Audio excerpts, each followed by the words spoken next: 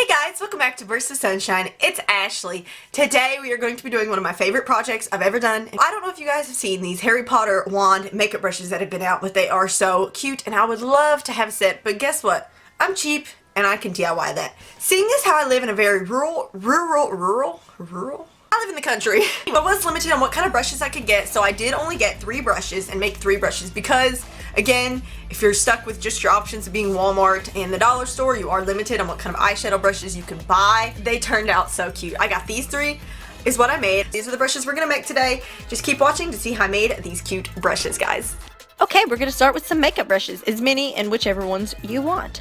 A hot glue gun with some hot glue sticks. I suggest you buy a whole pack because it's going to take a lot of glue. Some black paint and some paint for your sheen. You can use silver or gold. I chose gold. Starting with Harry Potter's wand, I'm taking this small concealer brush and I'm going to pretend it's a smudging brush. And I'm going to just start building up hot glue on it. I kind of just looked at a picture of Harry's wand and just kind of put glue on it and try to get it to that shape.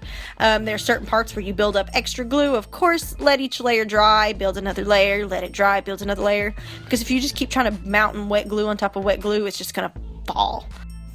Now for Hermione's wand, I just took a angled brush. This actually isn't quite as angled and thin as it's supposed to be, but oh well, these are my brushes and you can customize them the way you want.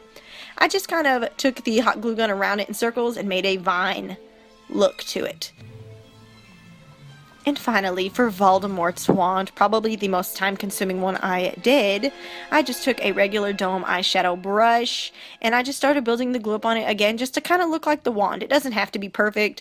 All the lines and strings give it texture. So I built a layer, and then I let it completely cool, and then I started on the next layer. So while the glue is tacky, not completely dried, but not hot either where it's going to burn you, I used my fingers to manipulate it to kind of get the little pointy flat shape that you need, because it's hard to achieve this with just the glue gun. So I did do it with my fingers, but of course let it dry enough that it will not burn you. You don't want it to burn you, so let it cool. And then I manipulate it with my fingers, and then I just keep building up the bottom. I looked at a picture for reference and just build it up. I just keep building it up, because if you put wet glue on a big mountain, it's gonna fall off. So I just kind of do a little layer, let it dry for a minute, do another layer, let it dry, and it gives it a little bit of a texture, but it kind of makes it look legit. So once you have all of your wands looking beautiful and the way you want them to look, of course I lit the strings for a little extra texture, it is time to start painting them. So I'm going to take a paint brush, just a small one, and some black paint, and I'm going to start painting all of my wands. I did do 2 coats on each wand to kind of make it opaque, because you want it to, you don't want to be able to see through it and be able to see that it's hot glue. You want it to look like a wand. So I did do a couple of coats and let them dry completely before moving on to the next step.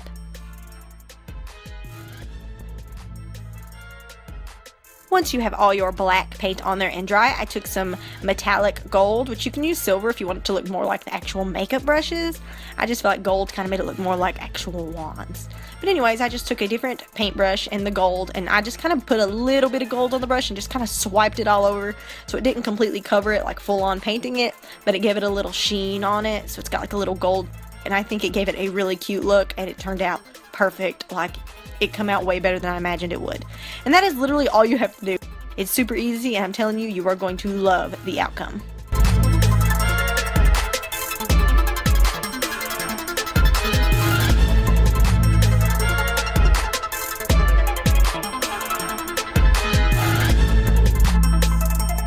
Alright guys, thank you for watching. I hope you liked these cute Harry Potter brushes. I mean, they're super simple. They take some time because you got to build up that glue, but it is worth it because I'm obsessed. Obsessed. Guys, I hope you guys liked this video. If you did, don't forget to hit that like button and don't forget to subscribe.